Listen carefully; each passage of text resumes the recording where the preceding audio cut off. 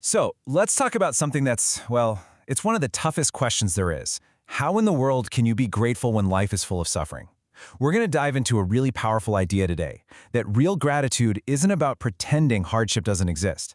It's about finding the strength to be thankful because you know just how bad things can get. How is that even possible? Well, let's get into it. This whole idea really starts with a core belief, not just in therapy, but really in all of human progress. And it's this: we have it in us to face suffering, to look it right in the eye. We can rise above it in our minds, and then we can get to work making things better in the real world. This capacity for courage, that's our starting point. All right, so here's our game plan. First, we'll face life's unshakable truth. Then we'll look at the two roads that open up from there. One is the spirit that denies, the temptation to get bitter. And the other is the harder path, finding strength in the abyss. From there, we'll see how that leads to a really deep kind of gratitude, and finally wraps up with the decision to love. Okay, so first things first, we have to start with a heavy dose of reality. The source material is super clear about this. Suffering is inevitable, and malevolence, evil, it exists. These are just unshakable truths of life. Now, this isn't about being a pessimist, it's about being a realist. This is the ground floor we're all starting from. So you might be thinking, great, life's tough, now what? Well, the answer is actually incredibly powerful. When you voluntarily decide to face that abyss, all the limitations, the hardships, it does something amazing.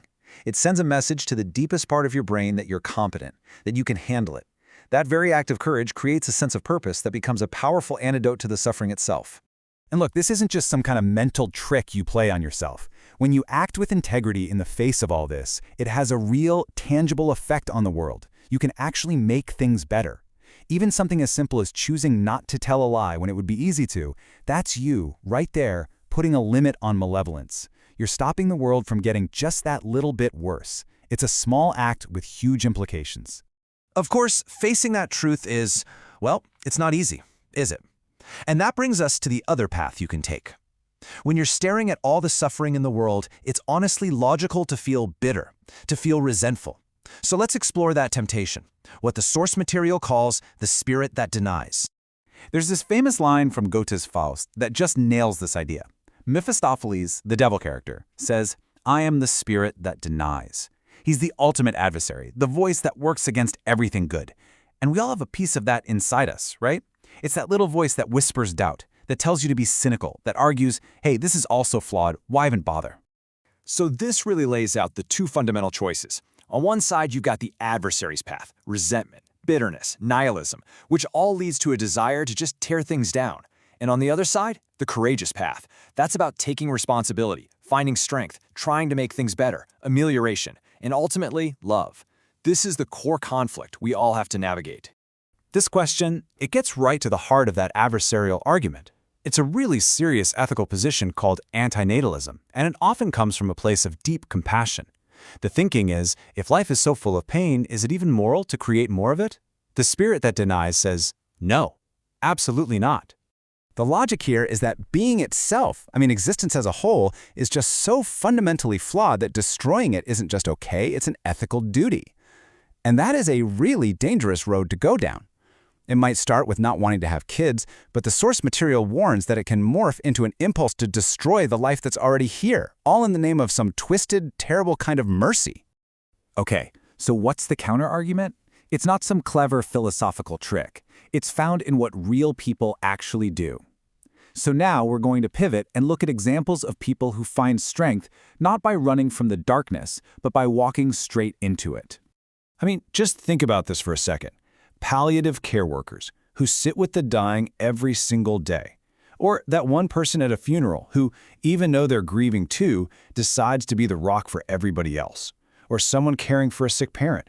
These aren't just abstract ideas. They are real, concrete acts of courage that make an awful situation just a tiny bit more bearable. And when you choose to be that person, when you dig deep and find that strength when it's needed most, you're demonstrating something profound. You're showing yourself, and everyone watching, that there's a power in the human spirit that can face the absolute worst and not just get through it, but prevail. You become a living example that it's possible. And all of this strength, it leads us to the ultimate virtue in this whole framework, gratitude.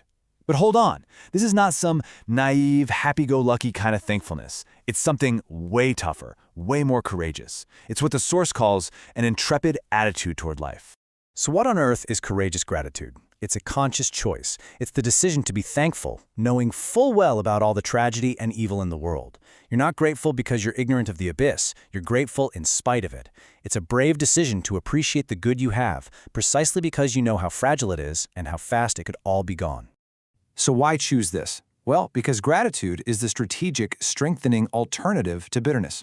It's a mindset that actually positions you better to handle all the chaos life throws at you. Being thankful for your family reminds you to treat them well. Being grateful for your society reminds you of the incredible effort it took to build what we have. It's a powerful posture. Okay, so let's tie all these threads together now. The courage to face suffering and the gratitude to appreciate life anyway, they're both part of a single, even bigger choice. And here it is. This is the key. The decision to look at all the reasons for resentment, all the reasons for bitterness, and say, nope, I'm going to work to make things better anyway. That is an act of courage that is powered by love. It's the difference between an active love that wants to build and a passive hatred that just wants to watch it all burn. And if you ever need proof that we're wired for this, just look at grief.